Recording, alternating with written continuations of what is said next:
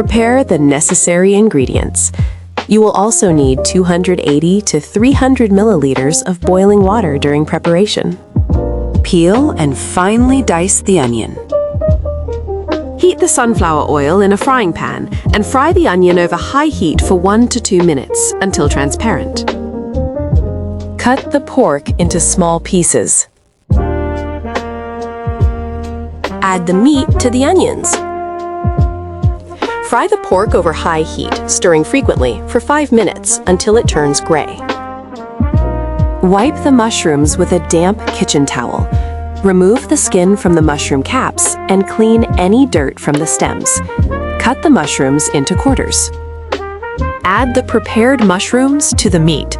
Fry everything over high heat for about 7-8 minutes, stirring frequently.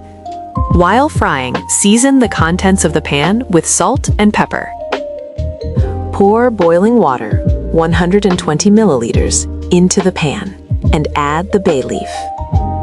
Stir, bring the liquid to a boil, reduce the heat to low, cover the pan with a lid, and simmer the mushrooms and meat for 20 minutes.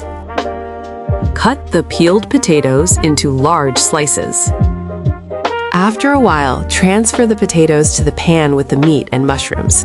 Pour in boiling water, 160 milliliters. Cover the pan again and cook over low, but not the lowest, heat until the potatoes are done. It took me 20 minutes. At the end of cooking, add sour cream. If necessary, add salt to taste and stir. Cover the pan with a lid and simmer the potatoes with meat and mushrooms over low heat for another 3 minutes. Remove the pan from the stove.